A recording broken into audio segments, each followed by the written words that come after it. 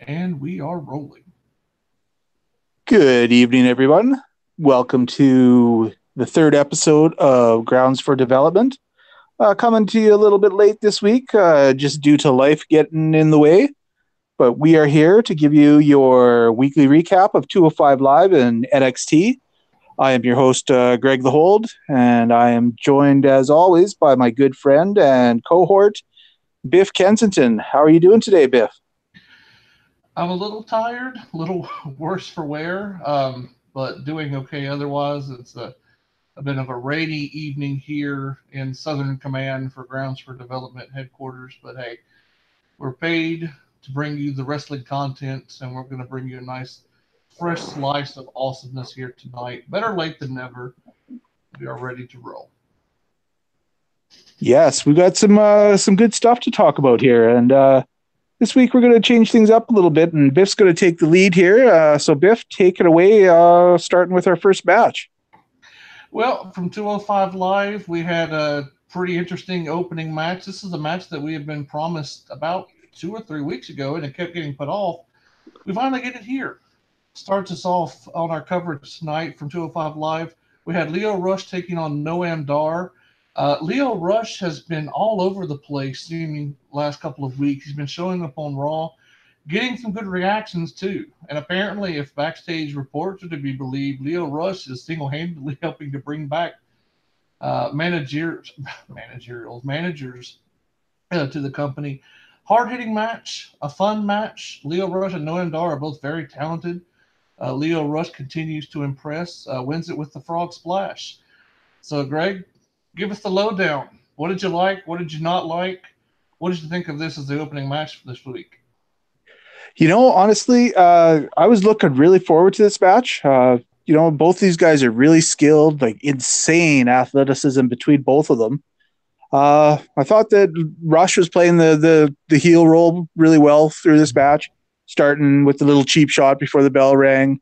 Doing the kicks to the surgically repaired knees. But honestly, I don't know. This match seemed like at times that they were just a touch out of sync with each other for this match, and it kind of like it was an okay match, but it felt like there was more that should have happened. Like the spots that hit good, but I don't know, parts of it were just fell a little flat for me. It wasn't quite what I was hoping it was going to be. Do you think it was maybe a styles clash between the two? Because Leo and Noam Dar, they both have a very distinct style that they like to implement in the ring. Could it have been a styles clash? Do you think it could be Noam Dar still trying to get his mojo back from the knee injury that he suffered? Or do you think they're just kind of holding back because they might have something bigger and better planned in the future?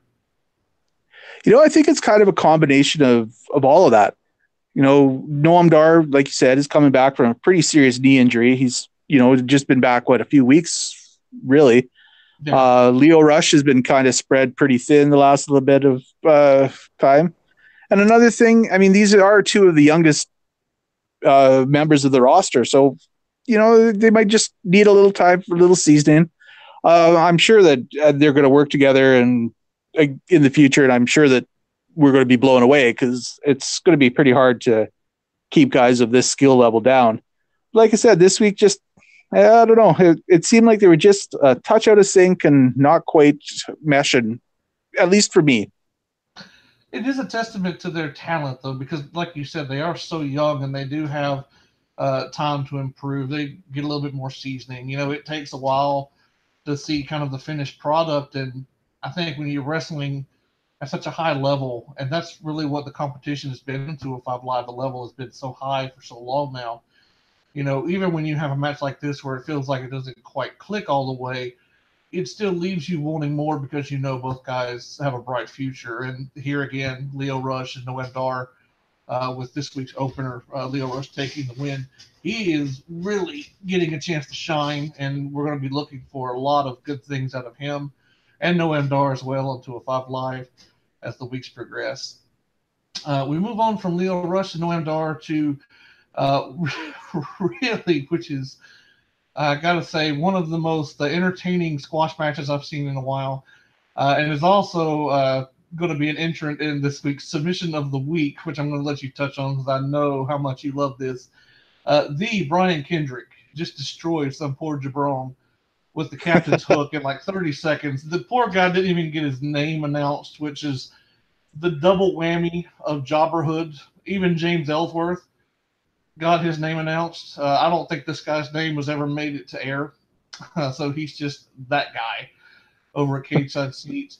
The captain's hook, this week's induction for our submission of the week. Just great, great healing from the gang here. What are your thoughts on Brian Kendrick, Drew Gulak, and Jack Gallagher? I know that you're super high on Gallagher. As far as Kendrick and Gulak, they're kind of forming this oddball trio over the last few months, but I think they're really starting to click as a heel troupe. Yeah, I'll agree with you there. I love them all together. I kind of like the contrast between, so you got Drew Gulak, who's the polished politician, and then you got his cronies. You got the good little prim and proper British gentleman who looks like he could be a history teacher.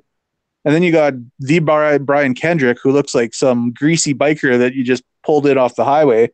And when you put them all three together, it just doesn't look like it should work, but they're making it work. It's great. I loved this match. Like you said, it was one of the most entertaining squashes you're going to see. Like, I don't think Mr. No Name guy even got a hit in on Kendrick, and was done in 15 seconds flat, basically. And then Gulak came in and proceeded to dismantle him a little bit more. So it was fun for what it was. But yeah, you're absolutely correct. This is a solid heel group, and I'm looking forward to where they go with this group. Well, that's an interesting point to bring up because with 205 Live, especially the last few weeks, it seems like the issue between Drew Gulak and Cedric Alexander has come to an end, at least for the time being. But you still got Jack Gallagher, who we all know is an amazing performer. The Brian Kendrick, he can also bring it when he needs to. He's also got that crafty veteran presence that really was kind of a standout of the early 205 Live era. Do you think that we've seen the last of these three in the title picture? Do you think they could work their way back in, or could they become sort of like the 205 Live variant of a mid card faction that kind of serves as gatekeepers for people on the way up? Uh, I think that might be a possibility. I believe that they'll be back in the title run in the future. I'm kind of thinking the next place that they go is against another little babyface trio that 205 Live has kicking in the wings in the Lucha House Party. And to be quite honest, I could stand to see a couple 6-man tags and see where that goes. Those should be entertaining matches. Not that I know that anything's coming down the pipes, but I could see that happening. They definitely have the talent to work up and down the card. They could really kind of fit in wherever they need to be, I think. So it's going to be fun to see where they go. All three guys have a certain charm about them, especially you and I both have professed our love for the man that is Jack Gallagher. Gentleman Jack can do no wrong. Speaking of Gentleman Jack, he's going to be in the featured match next week. It was announced on the show that Jack Gallagher will be taking on Akira Tozawa as next week's feature match on 205 Live. That is going to be just a crackerjack match. But speaking of crackerjack matches, we have to talk about the main event here tonight because this has become really one of the most personal and one of the most heated rivalries in 205 Live. And given the brevity of time the show has existed, it could go down as one of the brand's most, kind of impactful rivalries that we've seen thus far. Hideo Itami and Mustafa Ali have been building up their rivalry now for several weeks. Here they got a chance to showcase their stuff. Boy, what a match. Both guys just brought it out. Really telling a great storyline here. Mustafa Ali continuing his amazing run as kind of the heart of heart of 205 Live. We'll talk about his promo here in a few moments. Itami and Ali, two of the best wrestlers in the entire company, getting a chance to shine here. They wrestled to a double countout. interesting finish to what I thought was a great main event. I would love to get your take on this because I know you as well as I like Itami and are really big on Mustafa Ali as well. Yeah, this was a great match. This was very very fun.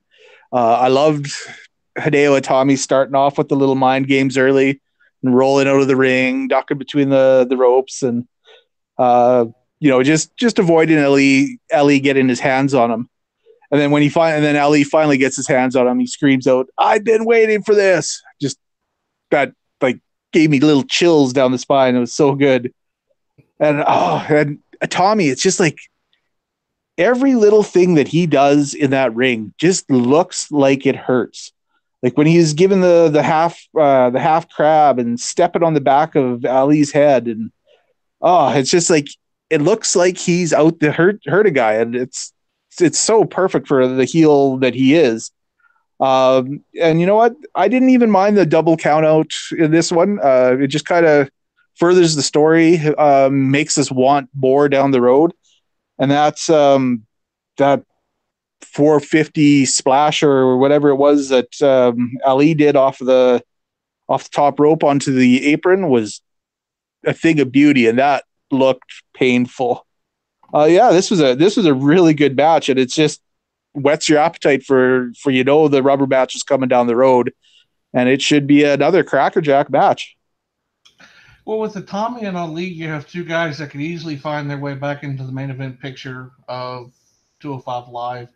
I think whether you're talking with Cedric Alexander and the age of Alexander, because he has a history with both men, or whether it's Buddy Murphy taking the title at Super Showdown in Melbourne, the future is really bright for the main event scene. And with Ali and Itami, this is really a main event level feud that's kind of playing out underneath the title picture. Um, in the ultimate showdown between these two, who do you think is going to prevail and why? This I know we chatted about this on one of the other shows, and I've been flip flopping every time I think about this.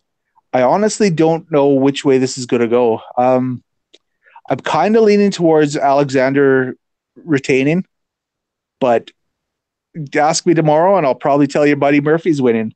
And I like the fact that they give me a reason for some indecision. Either one of those gentlemen could hold that title, and either one of those men will be an absolutely great title holder and moving your brand forward. And if you move either a Tommy or Ali into a feud with either of them, nobody's going to feel out of place. They've got a really, really solid main event scene in 205 Live, and I'd look forward to any matchup between any of those four gentlemen. Well, given the title picture and how things are kind of shaking out, we know the two big possibilities moving forward. As far as Itami and Ali go, who do you see getting the upper hand in this particular feud? And could that kind of play a role in directing where things go with the title picture moving forward, do you think? You know what? I honestly think that Itami's going to take the victory here. I know that may not be popular, but I think it's the better story. You keep LE down again, move Itami into the title picture, especially if Alexander retains. Itami takes the title away. You've got a made feud for Ali to come in due to whatever happens. Maybe he beats Cedric Alexander in the number one contender match, something like that. And then you've got a just fire title uh, feud going between two guys that have like an absolute hate on for each other. So I kind of hope that's the way they go with it. It's going to be really interesting to see how it plays out. I think the one thing we know for sure is that however it plays out, it's going to be some awesome TV because these two guys are just incredible. Really, the entire upper echelon of 205 Live has established a standard that is going to be tough to surpass, really. You have so many unique characters and so many unique feuds going on right now. It's really refreshing to see a secondary show, which 205 Live kind of is on the network in its position, get a chance to have some fleshed out storylines and really showcase what makes this show just so enjoyable to watch. It's a very breezy watch. Another, I think, solid episode this week. We want to talk about some of the promos that we had on this show because we had several that were important and worth mentioning. And I kind of the first one, the one that really needs kind of lead the way here, Drake Maverick, kind of setting the table for us. The aforementioned Cruiserweight Championship match between Cedric Alexander, the Queen City's favorite son, and Buddy Murphy. That's coming up next week. Super Showdown from Melbourne, Australia. It's getting really close. I can't believe it's almost October already. We got that coming up. Had a little heart to heart here, kind of setting the stage. I love the presentation of 205 Live and NXT, how they do their promos and how they handle their authority figures. I think this was another winner. I really want to get your input, though. What did you think of this segment with Maverick, Alexander, and Murphy? Does it make you any more excited to get into the Cruiserweight title match coming up next week? I thought it was a great, well done. Both guys acquitted themselves very, very well. I don't know that it makes me look forward to the match any more than I already was. It was solid promo work by both. I mean, there was nothing groundbreaking in it, but it was excellently done for what it was, and it accomplished its goal. I thought it was a really good segment. We also had Mustafa Ali give a promo in the locker room, promising to bring an end to Hideo's little run of insanity that he has going on here. I don't know if I can speak for you. I definitely speak for myself. Mustafa Ali has definitely become one of my favorite performers on this brand, and it's for reasons like this that I really enjoy what he's doing. He's almost got that old school babyface vibe to him in his mentality and his presentation. But the visual presentation, the way he conveys himself in the ring, the style that he wrestles, he's new school. It's like this perfect blend of an old school babyface and a new school wrestler, total package. What did you think of Ali's promo? And do you think that Ali could be a future cruiserweight champion in the making here? I liked his promo. I thought it was really, really well done, and I like how you brought up that he kind of reminds you of the old perfect baby faces, and I kind of agree. He kind of reminds me of Ricky the Dragon Steamboat in the way they present him as just the pure white baby face. And not saying that he's the same in the ring, although he does have the same smooth fluidity that the Dragon had. And that $1 million body too. Well, yeah, you can't forget about that as well, right? Yeah, he's got it all. Like, he's got the looks, he's got the moves. I definitely believe that he's a future cruiserweight champion. Yeah, Mustafa Ali, the ceiling, the sky's the limit for this guy. He's just got everything working for him. He's got a great look. He can talk, and he's got a character that you can get behind. He's kind of like a Johnny Gargano in that sense that he's just the pure baby face that you'll love to love. There are so few baby faces like that in wrestling these days. Baby faces almost have to be jerks to get over. And we see that on the main roster a lot. Most recently with the Becky Lynch and Charlotte Flair storyline, where the more mean Becky Lynch has gotten, the more popular she's gotten. Here it's almost the complete opposite. Mustafa Ali continues to stand up for what he thinks is right. And he's winning over a lot of people doing so. I think it's just wonderful to see. But if we're going on the opposite end of the spectrum, now I know you had like a field day with this one. TJP continuing to revel in his douchebaggery, cutting just an amazing selfie promo. I know you've got some stuff to say on this one. TJP just kind of lighting it up right now with this entitled, I'm just going to come out and say it, it's kind of a prickish attitude. I absolutely loved this promo. This was the best thing that TJP has put out there since I've been watching. I've never been the biggest TJP fan. He's great at what he does, but man, this promo was a thing of beauty. I like the fact that, if people aren't aware of the significance that a mask means to a Mexican luchador, they touched on it. And then, he touched on the fact that, yeah, he wore a mask. Yeah, he was a luchador. He did all this stuff. but he did not give one iota about the history of the rich, amazingly rich history of luchadors and lucha libre. This was like a perfect heel promo, and I just can't say enough about it. If you haven't seen it, this is a promo you need to go watch. It was great.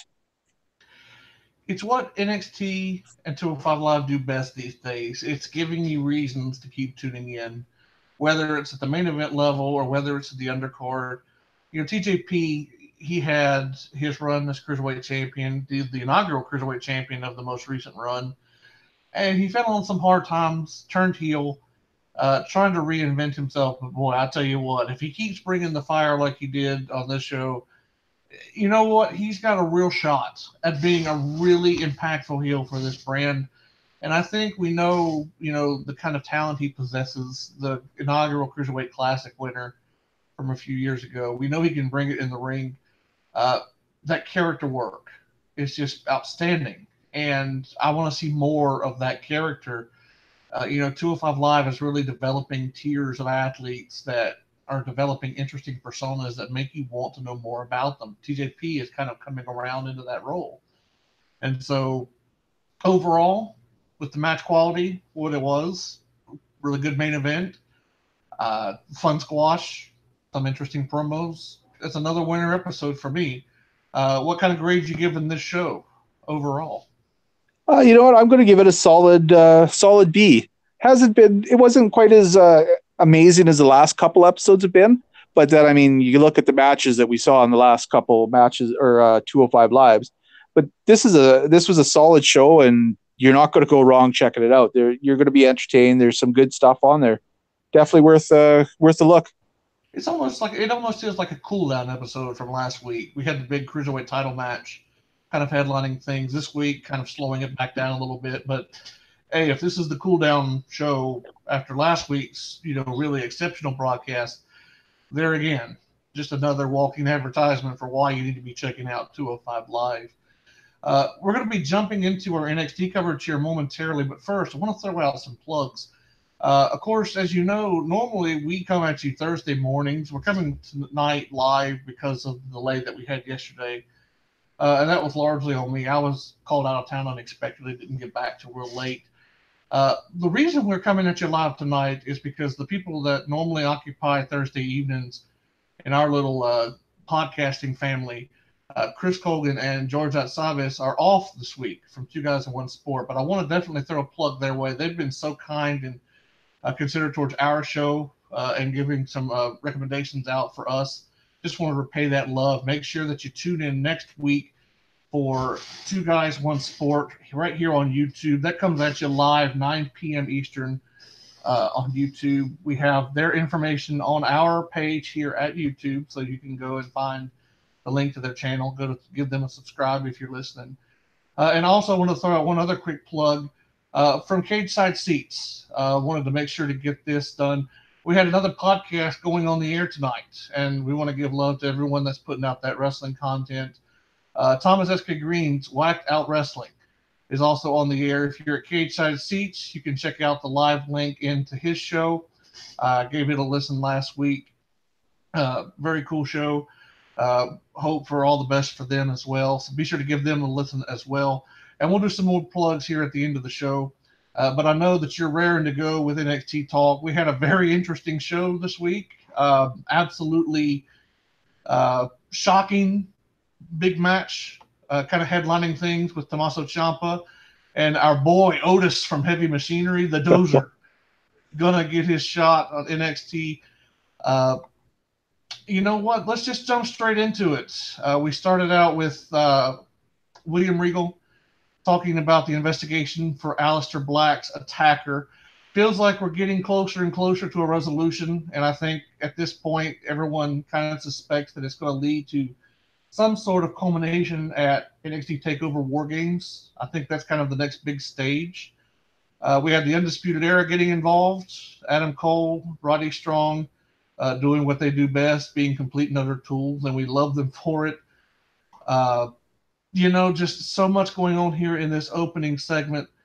and also kind of setting up a big triple threat match that we have coming up to talk about Adam Cole, Ricochet, and Pete Dunne. So, once again, all of these storylines kind of intersecting. What did you think of this opening segment? Did you like the way they set it up? And are you a fan of the storyline that's been going on as far as Regal investigating the Aleister Black attack from several weeks ago? I actually love this segment. I thought it was a brilliant way to start the show. Undisputed Era, all three of those guys shone in this segment. Um, like I said last time we were chatting about them, they remind me of the cocky jocks from high school that wouldn't give you the time of day. They just send off that vibe, and they're all great at it. And William Regal is the man. That's all we can say there. He is the best authority figure in wrestling right now. And the way he just kind of let them blather on and then just brought it around and was like, sorry, Sonny, you're not going to get one over on me today. And threw them in the triple threat match. And then the tag match also against War Raiders coming in 3 weeks. So yeah, it's like, don't try to get one over on Regal. He'll get you in the end every time. This was a solid segment. All four guys looked great, and it was good. And going to your question about the storyline with the investigation, it's one of my favorite things in wrestling right now. Every time you think you know who's behind it, they kind of throw a little bit more shade on it. And I know right now they're looking like it's going to be Ciampa, but I have a feeling there's going to be a little swerve coming down the pipes in the next week or two before we find out what actually happened there. So yeah, it's great storytelling. It's giving people a chance to shine outside of the ring, and I hope they continue on. I think, and just to kind of, follow up on that point, well, William Regal has absolutely taken the mantle of dirtiest player of the game. You can't really get one over on him. He is the perfect authority figure, especially for NXT. You get the sense that Regal has been there and done that before. He's seen all the tricks, and so it's going to be really hard to get one over on him, which makes it impressive when someone does manage. It almost conveys a certain gravitas towards them because they were able to kind of go tit for tat with Regal. But as far as the actual storyline itself goes, are you happy with the way they've been pacing it out? Do you like the long burn, the slow burn on this storyline? Or do you think that we need to be getting to the point now where we see a resolution coming? Has it been going too long for you? Or do you think they're going at just the right pace? For me personally, I think it's going at just the right pace. They let out little tidbits every so often that just further what's going on, keep you interested. Um, Maybe this is my love of some of the old school wrestling and the long burn storylines that you used to get back in the '80s and stuff. So maybe this is why I'm loving this storyline so much, because you'd have stories that would go over 3, 4, 5, 6 months of the year, and I always loved them. And I think this is a kind of a throwback to that kind of storytelling. It's something we don't see enough, and maybe some people are getting burnt out on it, and hopefully they'll get something else dropping again to bring everybody's interest level back into it. But I think it's been about a perfect story personally. Well, speaking of those long-term story arcs, we have another one here coming up right next. This has really been a character-driven story that's been told over the last 2 years with Johnny Gargano. Kind of, it's almost like the passion of Johnny Gargano. Seeing his fall after the incredible height of defeating Tommaso Ciampa in New Orleans, and then watching him just kind of self-destruct over the summer as the feud got more and more personal. Uh, we see here Gargano coming in, meeting with people as he arrives at Full Sail. He's back in action. Going to be taking on Tony Nese, 205 Live on Tony Nese. So we get some cross promotions here between the brands, which is nice to see. Basically, Gargano with his wife Candice talking about how it's time to regroup, about how it's time to find himself again. He doesn't want to be the broken man that Tommaso Ciampa created. He wants to be Johnny Wrestling. Uh, As they go to leave, they're interrupted by Lacey Evans, who I think you know as well as everyone listening. A big fan of Lacey Evans and how she's come along. Uh, Basically, kind of gets into Candice's face, wondering why she hasn't been there to support her husband. Uh, Basically, they tease a little brawl. Uh, Personally, I'm a big fan of everyone involved in this little segment. I especially love the long term arc with Johnny Gargano and how they're trying to tell his redemption story, and whether it's going to be a fake out, maybe he, completely succumbs, maybe he does rebuild himself, become Johnny Wrestling again. But this is exactly what you were just talking about, these long term arcs that are spinning off little miniature stories as it goes along. I dug it. I'm interested to get your take on what you thought of this little backstage tete-a-tete. I thought it was really well done, and once again, like you said, it's long term storytelling at its best. You're seeing like the dyed in blue babyface, losing himself and trying to find himself again, and it's a great story. And then now you got Mrs. Wrestling kind of tangled up in there, and the way she kind of stormed off at the end, it adds a little bit more color to this already great and colorful story. It's a great little add-on, and who knows where they go with that? Like maybe we get like a big swerve, and Candice was the one who took out Aleister Black to help her husband. The way these are all going, you never quite know what's going to happen, and it's great. And I love seeing this kind of storytelling back in wrestling. It keeps the fans interested. It gives you some stakes to attach to the matches that are coming up. So thumbs up for me. Well, there's a lot of theories on who ended up taking out Aleister Black, and Velveteen Dream certainly has his own theory, as it was portrayed here on this episode. Got a photo shoot of the Dream when Queen Kathy, that's just such a great little relationship they're forming, trying to get a word with him. Basically, Dream accusing Tommaso Ciampa in all but name only of being the one who took out Aleister Black. Velveteen Dream looks like he's just about ready to make that leap from mid-card to top of the card.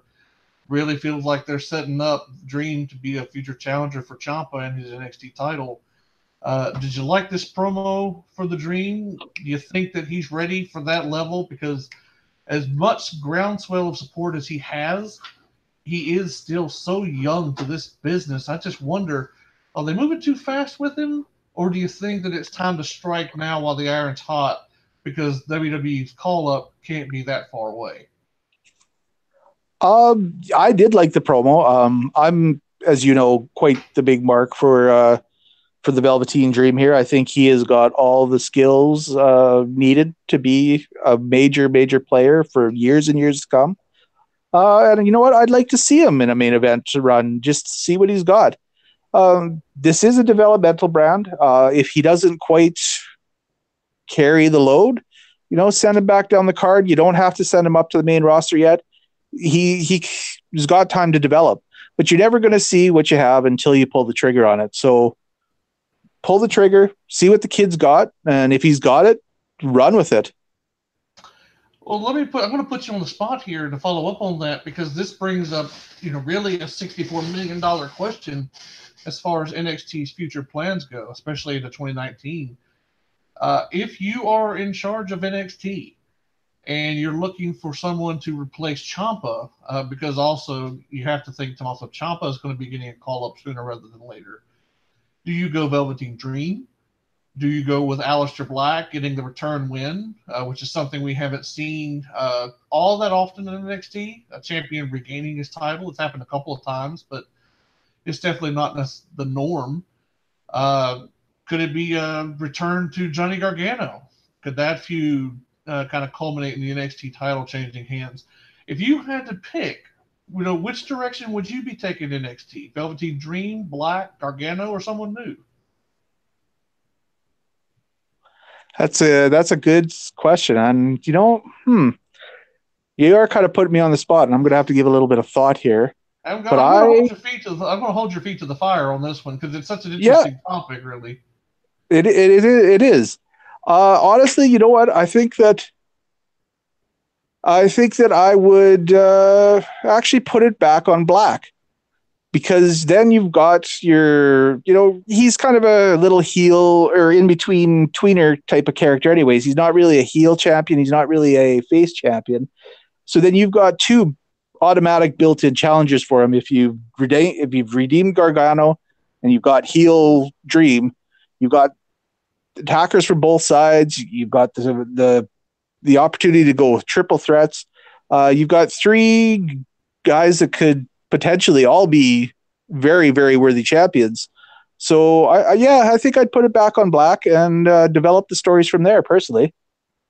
That's an interesting answer. It's going to be interesting to see how it plays out too, because the very question alone just kind of underscores how many different possibilities we have moving forward. We'll have to see how things shake out as we get closer to War Games. As far as this episode of NXT goes, our first action of the night in the ring comes from Lars Sullivan, who is taking Victor Orchant, just giving him the business. Orchant, poor fella, he just looked terrified of Lars, which, I mean, can we really blame him? Just kind of ragdolls him in and around. But this was all basically a setup for EC3 to come in and do the run-in on Sullivan. This is another storyline that was spun off from the Aleister Black investigation. I have made no bones about it. Lars Sullivan, a very classic style throwback heel, got a very unique look, which will do him a lot of good, especially when he gets the call up, which we know is coming. And he's got a very heelish, old school wrestling name. I love Lars Sullivan. I'm not as sold on EC3, but this was definitely a very interesting way to kind of keep this storyline fresh and moving for people.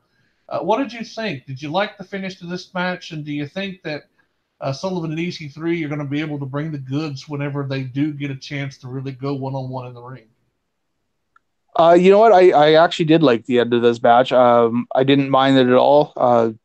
There's only so many times you could see a guy like Lars absolutely decimate his opponent. So to get a little something different and EC3 coming in and breaking it up, it was a nice little change.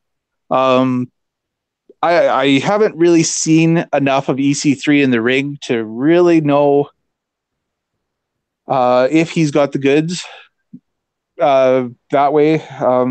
He was okay in TakeOver against Dream, but that was probably the weakest card on the match, or weakest match on the card. Sorry. So I'm curious to see more. I'm curious to see what this match is going to turn out to be. But I loved how Lars, after he gets knocked out of the ring, gets a few punches in his mouth, he's still kind of laughing and smiling as he's going back to the back there. So it kind of gives him a little scary vibe to go with the look that he's already got. So, yeah, I'm curious to see how this one turns out. Do you think, have you liked the way that Sullivan has progressed? I mean, I know a lot of people were kind of concerned that he was almost too generic when he first came up, but there wasn't anything overly special about him. I have to be honest, I kind of like him. He's definitely a more old school archetype in terms of the monster heel, but he brings enough to the table where I think he keeps it fresh. He's got that certain unique charisma about him that just makes you want to watch him. Do you think that he's come a long way? Do you think that he still has some developing to do, or are you pretty satisfied with what you've seen from Lars so far this year in NXT? I'm satisfied with what I've seen. The guy is, definitely got some appeal to look at him. Like Victor Orchak or whatever his opponent there, he wasn't a small dude, and he was tossing him around like he was nothing. So I mean, you can't help but to enjoy seeing a guy with the power of Sullivan just ragdoll on his opponent. So I mean, there's something always there that I'm going to enjoy as a wrestling fan. It may not be everyone else's cup of tea, and that's fine. But yeah, I think he's done a good job. Can he progress? Probably. It's like there's always room for improvement for everyone. So I would like to see if he has any more in him, or if he's at his ceiling. And if he's at his ceiling, that's fine. Like he's a good monster heel, and he's gonna go places. There's always a place for that guy in wrestling. Well, we go from ragdolling to Chucky dolling here as everyone's favorite crazy lady, Nikki Cross. Once again, another highlight interview. backstage interview segment with her, I guess you would call it. Poor William Regal. I don't know how he's able to keep a straight face through some of this stuff. I mean, Nikki Cross is just born to play this character. She is at it again. She wants Bianca Belair, to which I say, yes, please, and thank you, sir. I'll have some more. Uh, Regal promises to take it under consideration. And of course, Nikki continuing to play her role in the uh, Black investigation, saying that she knows. Regal had a great line here talking about this promo, basically just highlighting how out of her mind Nikki Cross really is. I love this segment probably more than is healthy for a grown person. I'm a huge Nikki Cross mark. I'm a huge William Regal mark. So this touched all the right bells and whistles for me. Uh, what did you think? Did you like it? Did you dig it? Or was the Loch Ness Monster line just too over the top for you? You know what? No, I did enjoy this. Nikki Cross is always fun whenever she's on screen, and she's just, yeah, she's a crazy loon, but it's entertaining, and she pulls it off so well. And yeah, I agree with you. I don't know how Regal. It just shows what a consummate professional the man is, that he's not cracking up right on the spot as Nikki's being just absolutely insane out there. But yeah, that line at the end where no one knows what Nikki knows is, yeah, that was great. It was a really good segment, and yes, indeed, sign me up for more Nikki Cross, Bianca Belair. That should be fun. Speaking of signing up for more, I know that you're going to have some interesting takes on this next match because this has been really one of the understated joys of NXT since we've been doing Grounds for Development. We had a tag team match, the Mighty, formerly the Mighty Don't Kneel, formerly TM61. Uh, the Mighty have fallen to the dark side here, it seems. Taking on the Street Profits, Montez Ford and Angelo Dawkins. I mean, we've talked about them a little bit in the past. They've had some great promo work recently. Now we get these guys in the ring, really kind of becoming a heated little tag team feud for NXT. The Mighty do pick up the win, albeit kind of controversially, with Miller holding Dawkins' ankles down so that his team could pick up the pinfall victory. I don't think this feud is over by a long shot. I think we're just getting going with it. And to that I say, more please. What would you think of the match? How did you like it? And what do you see for both of these teams moving forward? I think we've got a really good feud brewing here. Yeah, no, I enjoyed this match. It was beautifully solid tag team wrestling. I'm a big fan of tag team wrestling when it's done right. And this was done right. I loved that little cold cock by Dawkins on Thorne right at the start. Looked like he absolutely knocked him senseless. So yeah, that was nice. And yeah, no, it was a good match. All four guys are good in the ring, but to me, Montez Ford is the clear standout of this group. And um, every time that I see him in the ring, he impresses me and does something new. And I see super bright things for Montez in the future here. Everyone else is holding their own and doing great. And yeah, if these guys feud for a little bit more, I'll be sitting there watching with enjoyment as they do. I can't remember who it was that brought this up. It was over at Cage Side Seats in one of the recap threads. Someone in the comment section proposed Montez Ford teaming up with Otis of Heavy Machinery and forming the greatest tag team the world has ever known. I, for one, am all for this. I love Heavy Machinery. I love the Street Profits. No disrespect to Tucker Knight or Angelo Dawkins, but Triple H, you need to make this happen. Montez Ford, I'm just going to echo everything you said there. An absolute standout performance. Got to be honest, Dawkins knocking Thorne out with the punch, meme worthy, definitely. I love this match because I'm a mark for tag team wrestling. As with most things, NXT loves to do tag team wrestling well. This was no exception. Uh, some solid stuff. Definitely feel like we could get a bigger, better match out of these two teams as their feud develops. But again, I think we're in the early stages of this thing. I don't think these two teams are done with each other by a long shot, so we'll see where it goes from here. I definitely want to get your input on the next match because we have the NXT Women's Champion Kairi Sane out, defeating Vanessa Bourne via pinfall following that gorgeous elbow. Best elbow in the business, as far as I'm concerned. The storyline here basically establishing Kairi Sane as the fighting champion, showing that she's going to be out there. She's not hiding behind the title. She's going to be active. She's going to be all over the show, to which I say, yes, please. I would like some more. Uh, your thoughts on Kairi Sane? I know it's really early on in her championship run, but you got to be impressed with her ability to get out there and take on all comers, even as champion. She really hasn't missed a beat. She's been doing the rounds and really established herself as someone that I think we're going to be seeing a lot more of in the weeks and months to come. Yeah, absolutely. No, Kairi Sane she's just a joy to watch in the ring. She's like, even her entrance, as much as, when you first hear her, she's coming out if you don't know who she is, and her gimmick is she's a pirate princess, and it sounds cheesy as hell if you haven't ever seen this, but it works. She makes it work. She's got charisma coming out the yin yang, and yeah, she's an amazing talent. Excellent storytelling that's been going on with her too. Even in this match at the start with Vanessa Bourne grabbing her hat off the side of the ring and kind of disrespecting her and stomping the hat and kicking it away. And then Bourne coming back or not Bourne, Sane coming back and, kind of giving the gears to Bourne and, ducking the punches and, getting right back in her face and shoving her. So yeah, I'm very much digging what Kairi Sane is showing us right now. And that spear looked much better than anything Roman Reigns is throwing lately. Ooh, we got a little bit of shade there. I like it.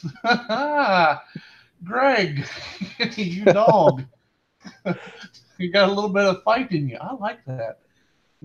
I'm sorry to, throw shade at Mr. Reigns there, but yeah, that spear looked way better than most of the stuff we see on the main roster. Okay. Calling him Mr. Reigns fully reestablishes your Canadian awesomeness. So you're good. You're good on that front. Roman Reigns fans, no need to hunt down Greg the Whole. He's just joking with you. We'll talk after the show. Okay, I've been the subject of Roman Reigns fans' bitter anger in the past. That's a tree you don't want to shake, my friend. I had this thought. It's kind of trivial now, but on the scale of 1 to 10, how dumb is it to mess with Kairi Sane's hat? I mean, you would think that's almost as dumb as like poking Jake the Snake Roberts' snake bag. Agitating Damien. You're just kind of poking the bear when you do that. I mean, it's great for cheap heat, but poor Vanessa Bourne, her soul got speared out of her body. So, yeah. Yeah, I think that people in the future are going to be thinking twice about messing with the hat, and not only the spear, that high angle DDT she laid down on there was a thing of beauty as well. And like you said, the insane elbow, I'll never not bark out for that, because that is the most beautiful top rope elbow that's currently out there. And I can't see anybody disputing that. Well, they can dispute it, but they would be wrong. And Exactly. Subjectively aside, they're wrong. So we'll just leave it at that. I want to follow up, and we need to get Shayna Baszler here in just a moment. But I want to follow up on Kairi Sane because really, Kairi Sane, fairly or unfairly, I think, was coming up in the shadow of Asuka, kind of following her footsteps. She took a different path to the WWE, of course, coming in with the first Mae Classic tournament. But when she got to NXT, I think that a lot of people just made the natural leap because Kairi Sane and Asuka sharing so much of their background together from the Joshi scene in Japan. I think she had kind of unfair expectations placed on her given what Asuka did in NXT. Arguably the most dominant performer of any division ever for NXT. And I don't know that that's all that controversial it takes. Really, Asuka pretty much cleaned everyone out double time. during her NXT run and was never really presented as being in any sort of serious threat during that stretch. So Kairi Sane, that's a huge shadow to be coming into, but Kairi Sane has really started to click with audiences, and I wanted to get your opinion on why. Is it because you think, Kairi Sane playing that vulnerable babyface, it establishes a completely different character paradigm for her compared to what Asuka was? Or do you think there's just something inherently likable about Kairi Sane that Asuka maybe didn't have? Because despite Asuka's success in the ring, I don't think Asuka was as beloved by the NXT fan base quite like Kairi Sane is right now. And that really is a testament to how good Sane has been the last few months. Yeah, I'm not sure. I mean, it doesn't hurt that or saying is as cute as a button. Like, and she's definitely got like just an innate charisma about her that you can't help but watch, and she draws you in. Like she's got the flashy moveset that's eye appealing. It's going to be a a fan favorite. Like almost everybody loves high flyers because it's impressive. It looks amazing. Um, if you don't love high flyers, that's great. Um, but yeah, I don't know. I like the fact that they didn't come in and just present her as Oscar light. So that was a big bonus for me right from the start. And yeah, I think that it's just that she does have that babyface charisma that people just you just naturally draw into her and want to get behind her. And you're right again that she was definitely probably unfairly compared to Asuka when they're really not the same, obviously the same people. So they're completely different wrestlers, completely different styles. So yeah, I like where she's going. I'm looking forward to her rematch with Shayna Baszler, and hopefully it's as good as their first match was. Well, speaking of Shayna, out comes the Dr. Octopus to Kairi Sane's Spider Man, or Spider Woman, I guess in this case. Shayna Baszler out, kind of cutting off Sane's post match celebration. Baszler, all business here, just wants to make sure that Kairi Sane knows that her obligated rematch is coming back up. This actually sets up what might go down as the biggest news from this show. Uh, Kairi Sane giving Shayna Baszler her rematch for the NXT Women's Championship at Evolution. So we have another official match to go down at the Evolution pay-per-view at the end of October. Shayna and Kairi Sane had a really good match in Brooklyn.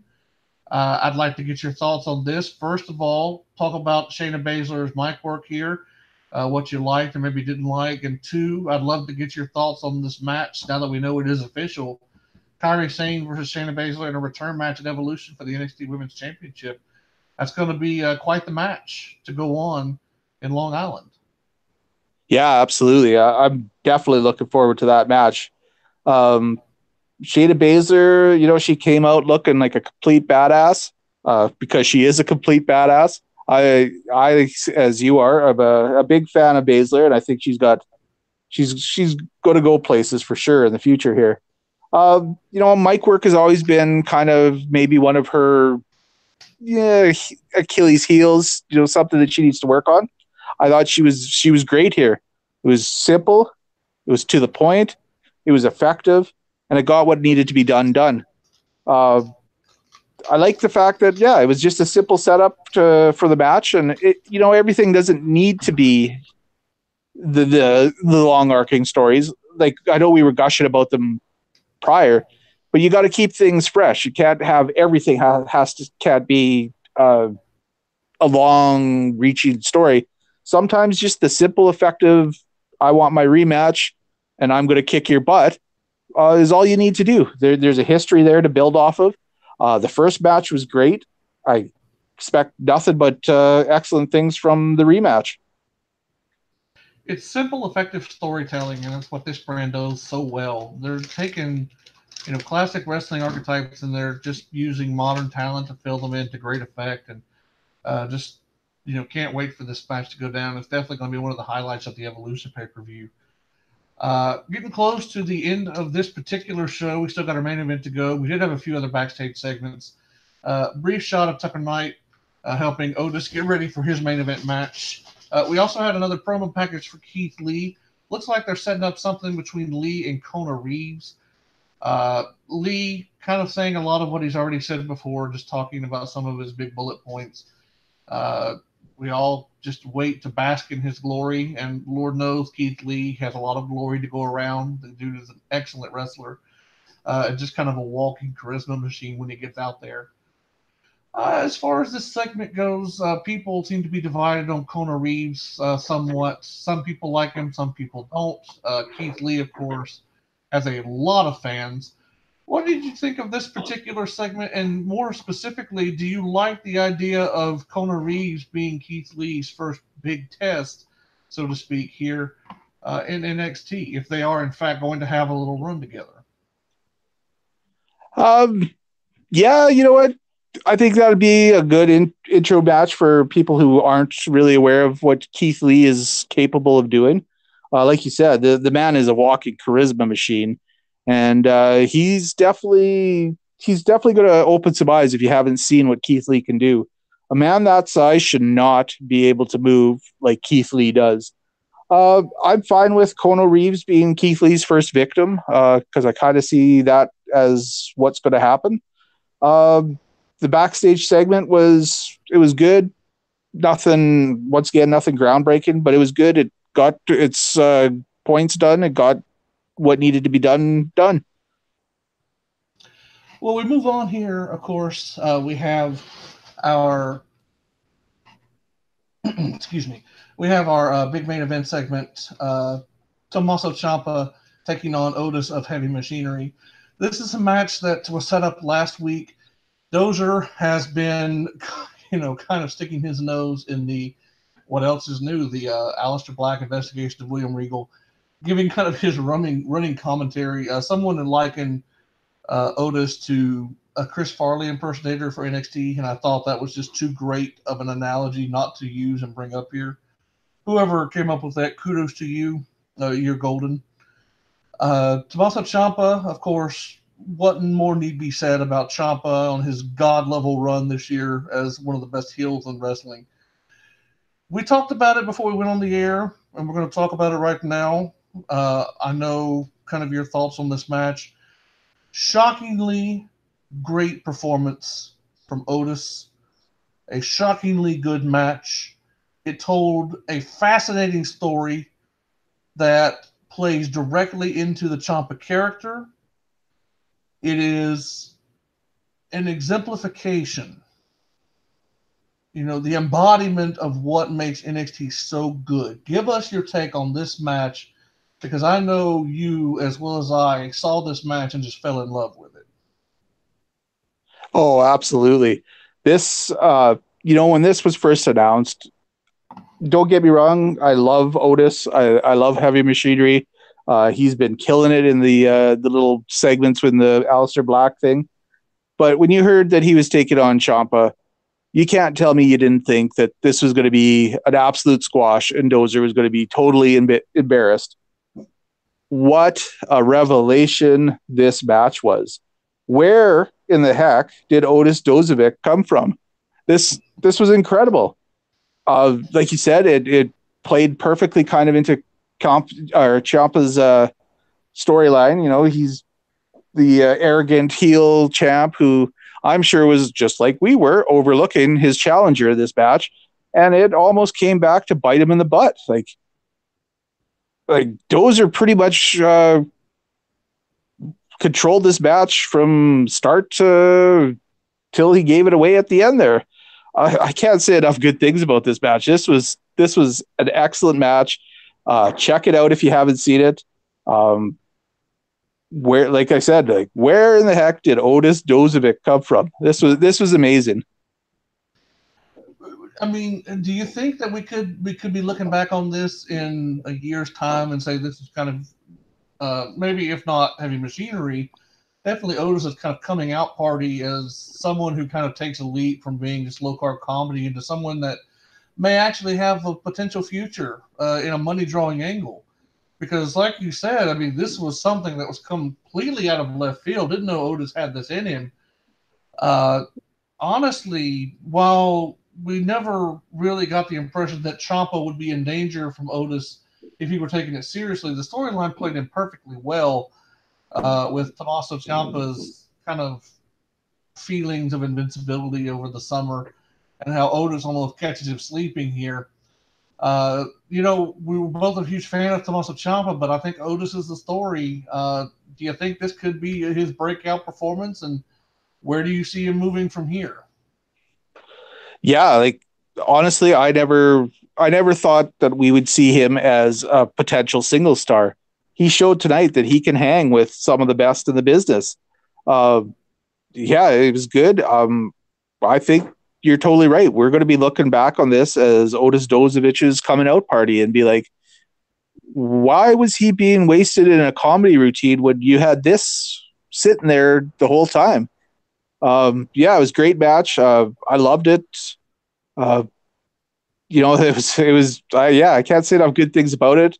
Uh, Champa slamming him on the ramp there would look vicious, and I thought Otis sold it beautifully. Yeah, I'm kind of speechless on this. I was not expecting to see this quality of match out of this when it was announced, and yeah, it's great. It was a good show. I think probably overall, I would have to give the edge personally to NXT this week over 205 Live. Both shows were coming off incredible highs from the week before. So it was no big shock that we had kind of a more story driven episode this week, especially after last week's main event on NXT. Just going to, quickly again echo those same sentiments. Dozer, my man. Chris Farley, the second coming here in WWE. Otis Ozovic just absolutely killing it in the main event. Coming out party, perhaps. We'll see how things shake out. Tucker Knight, there's always the Forgotten Sons. Speaking of, they will be in action next week. That is absolutely a segue plug. The Forgotten Sons will be in action on next week's episode. We're also getting EC3 and Lars Sullivan next week, so that'll be fun to see. Their feud kind of break out into their first big one-on-one showdown. Uh, so that's next week. We'll get there when we get there. As far as this week's show goes, what grade you giving it? And is it topping 205 this week for you? Yeah, I would have to agree that this one tops 205 this week. It was a good overall match or a good overall show, highlighted by the main event match for sure. I'm giving this one a solid B plus. It was a good show. You're not going to go wrong checking this one out. And that is our recap for 205 Live and NXT this week. Of course, we cover these two shows every single week. We're going to make sure that you get all the information you need, every news bit, every headline, every highlight, every match covered. We'll give you all the thoughts and opinions we have, the analysis, the reviews. It's all coming your way every single week. It's always fresh, it's always certified positive, and it's always certified correct because, by golly, we're going to get it right. Great episodes this week. Not the best shows we've ever seen, but hey, not every show has to be a home run. We'll take a double every once in a while too, and I think that's what these shows were. So without any further ado, time to turn the reins back over to our host, Greg the Hold, because we got some segments we want to touch on this week. We already touched on our submission of the week, Brian Kendrick's Captain's Hook. We got to get our Power 5 ranking and our brand new 2 matches to watch this weekend segment, which we'll talk about here momentarily. But Greg, why don't you start us off with our Power 5, because I know we were talking about who we had in our list this week, and there was a consensus number 1 that we both agreed on, and after that, it was tough ranking them this week. Yeah, definitely. But as always, we put in the effort for our viewer or our listeners. You mean so much to us, and we want to give you our Power 5. We put a lot of thought into these, and starting with number 5, we give you the NXT champion, Tommaso Ciampa. What were your thoughts on him this week, Biff? Tommaso Ciampa has just continually impressed me every single week. I don't think there's been a week where I've ever been disappointed seeing him out there. He's just a complete and utter joy. And when I say joy, I meant that in the same sense that You look at a car wreck, you can't help but not look at it, even though you know it's gruesome and evil and vile. Tommaso Ciampa, I made the joke a couple of months ago. If he had come around 30 years ago, he would need the Louisiana State Guard to escort him around in Mid-South territorial towns because the fans would be trying to murder him. He is that good of a heel. He has gone clear past Super Saiyan level and Old Testament prophet levels of heeldom. He's just gone straight to God tier this year. Absolutely the best heel in the business. Once again, here this week, telling the perfect story with Otis of Heavy Machinery. That's a Ric Flair quality. Taking a no-name scrub from a low-card tag team and making them look like they could hang with the best. That's no disrespect to Otis whatsoever, and we'll prove that here momentarily. But Ciampa, being the consummate professional, the champion that he is, he made Otis Dozovic look like a legitimate threat tonight. That is classic, epic heel wrestling 101. That's what the greats do. Tommaso Ciampa, our number 5 ranked wrestler this week on the Power 5. He's becoming a recurring theme in these Power 5 rankings. We're going to be seeing a lot more of him. But we're also going to be seeing a lot more of our number 4 performer, and I know you had a lot of positive things to say about her. Why don't you hit us up with who ranked in at number 4 this week? Number 4 goes to the Pirate Princess herself, the NXT Women's Champion, Kairi Sane. Kairi is the fighting champion right now. She's taking on all comers. Looked as impressive as all get out again. The more I see of Kairi, the more that I love this woman. She has it all in the ring. She's got that undescribable it factor that you're looking for in a wrestler or in a star, and she's got that in buckets.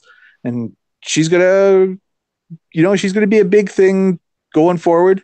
At least on the NXT level, I kind of worry about if and when she does get the call up, if how the Pirate Princess gig is going to go over on the main roster.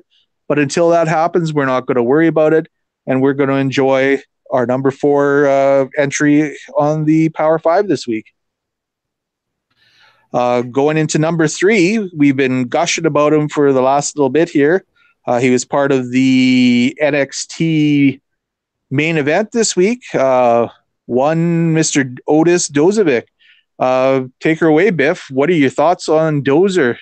Dozer was absolutely the MVP of this week's episode of NXT. I think that's a pretty safe bet, just given how good of a performance he turned in. It was really, I'm going to stop just short of calling it a star-making performance because I feel like he's been developing his game over the last few months. But this is absolutely a breath of fresh air. It's just getting a big spotlight put on him to see what he can do. Heavy Machinery as a tag team, we'll see where that goes. But Otis, with his charisma, with his timing, and with his in-ring work, he is no slouch in the ring. Even for a man his size, he can get it done. Just an outstanding performance this week. Cannot say enough good things about Otis. I love Otis just from his name alone. I'm a mark for the name Otis ever since I watched Milo and Otis as a kid. Otis Dozovic, MVP of this week's episode of NXT. Congratulations to Otis. You have arrived, my friend. But speaking of arrived, our top 2, and this is no real shock if you listened to our show earlier tonight when we were talking about the main event of 205 Live. Really, no 2 performers deserved the top 2 spots more than these 2. Coming in at number 2, of course, we have the man that came into NXT with so much promise, struggled with injuries, but has really started to find his way. Hideo Itami in at number 2 this week. Another incredible performance from him. He's really established himself as one of the best heels at 205 Live. Hey, Greg, I know that you love what Hideo is doing. I think we both agree he's very deserving to be this high up in our Power 5 ranking this week. Hideo Itami, we heard you. We are giving you the respect that you so richly deserve and are demanding. You hear it here. If you need your respect, we're giving it to you. Great heel tactics in this match. He stood out. Everything he did looked like it hurt. It looks like he's out to injure his opponent. Like, seems like he's got a severe hatred for Mustafa Ali. Uh, he's just knocking it out of the park. So good on you, Tommy. I can't wait to see the next installment of this series of matches. It's going to be amazing. And keep up the great work. And that leads into our number one position, who was his opponent in this great matchup. And that is one Mr. Mustafa Ali. Take her away, Biff. When we're talking Mustafa Ali, you're talking, the soul of 205 Live, and we're talking about our number one wrestler this week in the Power Five. Mustafa Ali has taken it upon himself just to kind of be the workhorse of 205 Live. He has been one of the biggest revelations this year about his future in the business. This guy has everything you could want in a future superstar, a top superstar. He's a five-tool player. He's got a great character that people can relate to. He's got a great look. He's, really just got a solid repertoire in the ring. He's smooth. He's crisp. He can work that new modern style, but he's also got the intangibles that all the great classic workers had. Cannot gush enough about this guy. He's one of the best things going on 205 Live. And he's got one of the best feuds going on 205 Live to boot. Him and Hideo Itami have just been, a breath of fresh air. This rivalry is everything that a pro wrestling rivalry should be. Main roster shows take note. This is how it's done. Whoever's writing 205 Live, get your butt to Raw and kind of help them develop storylines that play out like this. It's simple, effective storytelling, and it's making 205 Live must see. That's all it takes. It's not a hard formula. It's really not. We hear, week after week how much fun we have reviewing these shows. We're not just saying that because we're covering these shows. We're not paid to, we're not paid to shield for these shows. We're doing this because we love these shows. And if something bad happens, we'll call it out. But, week after week, they just give you so much to enjoy. Even the things that aren't that good compared to everything else we see on Monday and Tuesday nights, it's still pretty fantastic. And Mustafa Ali is the perfect embodiment of that. He had probably the best match of the week between the two shows. He's absolutely our MVP for 205 Live this week, and he's our MVP overall in the Power 5 rankings. Mustafa Ali coming in at number one. If I'm not mistaken, that's his first time at number one, so congratulations to him, but also congratulations to all five of our members this week in the Power 5 ranking. We do this every week. We give you the best five performers from 205 Live and NXT. We'd love to hear your feedback. We give you the list here on the show. We also put out our advert over on Twitter. Our information, if you want to follow us on Twitter, is down below in the info box. Keep in touch with us over there. If you agree or disagree, let us know. We'd like to get your opinions and your feedback as well on who you thought was the best performer this week between the two shows.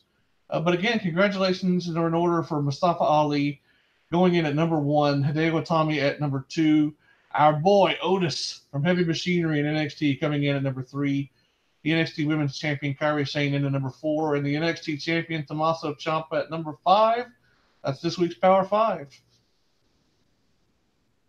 Absolutely. And now we'll move right into our new segment.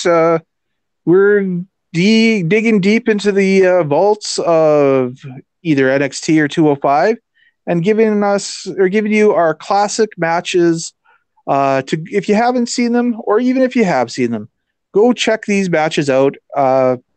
Hopefully you enjoy them. Once again, as Biff mentioned, tell us what you think about them if you hadn't seen them, or if you have some suggestions for some great classic matches from these two shows. Give us the suggestions. Maybe we'll use them. Biff, what's your weekly match to check out here? Well, if there's one match that kind of speaks to the glory that is NXT, especially the classic NXT that we've all come to know and love, it's a match from 2014, and if you're going to watch one match this weekend, this is the NXT match that I would recommend for you to check out. It's coming at you from TakeOver or Evolution, so it's not too hard to find on the network. Just head into NXT section and scroll down a few years, and you'll find it pretty easily. It's the NXT title match between Sami Zayn and Neville, and I have ulterior motives in this match. The news that Neville may or may not be thinking about retiring from pro wrestling definitely gave me the sad feelings this week. And I just want to kind of remind people of how great Neville was when he was in the WWE system. It was only a fraction of what he was capable of doing, but in NXT as champion, he had just an incredible run. The storyline with Sami Zayn working his way up, constantly falling short, very much in the archetype of a Johnny Gargano who would come after him. That kind of character trajectory for Sammy. Really, our evolution as a whole is worth going out of your way to see if you've never seen it. It was the first takeover special. Greg, you and I talked a little bit about this before the show. It was the first takeover special that really felt like takeover. They'd had some shows before this one, but Takeover Our Evolution was really the first one that kind of established the quality run that we've seen now for the last 4 years. It really hasn't dissipated any. They just keep getting better and better every month or every time they come out.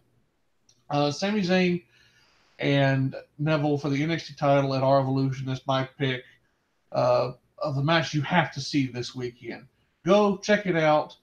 Embrace the story. Love the match. It's a great 4-star classic with an interesting little twist finish as well, and a great post-match celebration angle, basically establishing some of the big players that we now see on the WWE main roster. So it's great to kind of go back and see the genesis for all the good stuff that we had to come. But that's my match this week. Zayn and Neville from TakeOver Our Evolution. What's your match that we have to watch this weekend, Greg? I am also going to dip into the takeover well from NXT. This one isn't quite as far back. We're just going to go back to earlier this year. The match at TakeOver New Orleans, the inaugural North American Championship ladder match that happened WrestleMania weekend. This match was just completely bonkers. All the men that were involved in here, Sean, everybody looked great. If you haven't seen it, we're not going to spoil who wins for you, although I'm sure you do know. There's some just insane spots. One of the best ladder matches that you're going to probably ever, or multi-man ladder matches anyways, that you're probably ever going to lay your eyes on. Well worth the time to check this out. And it's always nice to see a new belt come into existence and see who the inaugural champion is. You're not going to go wrong checking this match out. If you haven't seen it, or if you have seen it, go back and relive some wonderful memories on it. So once again, my match for this week is the ladder match for the North American Championship at NXT TakeOver, New Orleans. I love that match, and not just because I was in the building for it live, although I will continue to rub that in everyone's face the day I die. Yep, I was at TakeOver New Orleans, greatest takeover of all time. Cough, cough. Um, no, those are our two matches to watch this weekend. Just want to give you some classic wrestling. We'll do some 205 live matches from time to time. We'll do some NXT matches. They won't always be from TakeOver specials. We'll dig down deep into the vault and find you some classic goodness. But again, it's all a part of our plan just to help you get a feel for these two shows and really experience the shows as we do and develop a passion for them. Because if you like pro wrestling and you're burnt out on what you're getting Monday nights, Lord knows I fall into that category. I know a lot of you might fall into that category as well. Give NXT and 205 Live a try, because really they are just so incredible right now. They're really hitting on all cylinders. And they've been hitting on all cylinders for a while now. And we just want to give the love to some of the great men and women that have really made these two shows, standouts for our viewing experience. So that's our new segment this week. Two matches to watch this weekend. The North American Championship ladder match from TakeOver New Orleans and the NXT title match between Sami Zayn and Neville from Our Evolution back in 2014. Greg, we're getting close to wrapping it up. But I just got to echo some of the sentiments that you shared earlier. You know what? It's been a fun couple of weeks with this show. The feedback has been tremendous. I know I speak for you when I thank everybody for the kind words that they've had. And you know what? We thank you for the viewership. We had the same amount of viewers tuned in uh, over the last two episodes. I'm hoping we get the same viewership, if not more, this time. For a debut podcast, you know what? Could not be happier with the response we've been getting. So, on my part, and Greg, I know you want to echo these same sentiments. Thank y'all so much for listening, for retweeting our account and getting the show's word out there. It means so much to us to have so much support from our friends, both at Cage Side Seats on Twitter, from Los Ingobernables. My gosh, I cannot say Los Ingobernables to save my life. I messed up. The LIP family of podcasts have gone out of their way to help us out a lot here too. So a very special thank you. And again, a reminder: we are not typically live with our shows. We generally bring them up for you Thursday mornings to let you wake up and get a fresh dose of coverage from the night before's action. We went live tonight because of the snafu I had with my travel yesterday, and thank you, Greg, for working around that for me. Uh, we will be back in our regular slot next week, but definitely be sure to check out Two Guys, One Sport with Chris Colgan and George Savas. They've got a draft episode coming up. And Greg, I know that you commented on the draft that the connoisseurs had going down. I will wager a guess that next week's draft on Two Guys, One Sport will be just as crazy as the connoisseurs draft was. So you know what? You may have to come into the chat and kind of be a moderator for us because knowing some of the personalities involved in that, it's going to get wild and crazy very fast. Those connoisseur wrestling drafts, those were a couple of fun episodes. And it just made me wish that those were real promotions because I would be beating down the doors to get tickets to them. If you guys haven't checked out these episodes, they're definitely worth the listen. They're a great time. You'll be blown away by some of the early picks, especially on the first show. One of the co-hosts there trying to say that she doesn't know anything about drafting for fantasy leagues. I believe that Miss Legends Lover may have been sandbagging on you guys there a little bit because she pulled some pretty amazing picks out there right off the start. Definitely worth episodes worth checking out. You'll have a good time listening to those. She gold bricked us so hard, and I love Legends Lover. I joke with her. She's my future illicit lover. Take her spinning, and he's my brother from another mother. He knows I'm joking about that. It's just a running gag we have. But Legends Lover, call me, love you. No, she sandbagged us so hardcore. I do have to apologize. I let a little dirty word slip on this past week's episode. George got me this time. George Savas, I'll be sure to repay that favor, pal, next week when I take part in that little draft on Two Guys, One Sport. But yeah, it was great fun. Go back and check those out if you haven't gotten a chance. Connoisseurs of Wrestling drops every week, Monday evenings, 8 p.m. Eastern on YouTube. And since I'm a part of that show, we plug it, they plug us because, hey, that's what friends are for. And also Shoot the Breeze. Got to mention Taker Minion show. Taker's Minion has started a lot of us off in the podcasting game. The OG show with Mr. Doc Sinji that drops Saturday mornings, 11 a.m. Eastern, 10 a.m. Eastern on the weekend of the Big Four shows. They'll be coming at you with another episode on Saturday, which is a day after tomorrow. So be sure to check that out. Got to give some love to Metal Matt and the Ruthless Aggression podcast that drops 8 p.m. Eastern on Friday evenings on YouTube. And please don't forget to check out Whacked Out Wrestling as well. Go to Cage Side Seats to get a link to that show with Thomas Green. I want to say thank you to them. They were going live at the same time that we were tonight, so we were kind of tag teaming here, giving you double the fun of podcasting. Be sure to give their show a listen as well. That does it for plugs. All the contact information is down in the info box. So, Greg, why don't you take us home, buddy? Another great show tonight. It was another great show. Echoing what Biff had said earlier, we appreciate all the support and the listeners and the viewers that we have. Any feedback that you have for us, We are open ears. We want to hear it. Criticisms, anything, good or bad. Please drop us a line. Let us know, and we will definitely take it under consideration. Try to give you the best product we possibly can, and I'm hoping that everybody enjoys it. For another great episode of Grounds for Development, I am Greg the Hold. That was my co-host Biff Kensington. Hope you enjoyed it, and we look forward to seeing you next time. Take care, guys. Have a good week.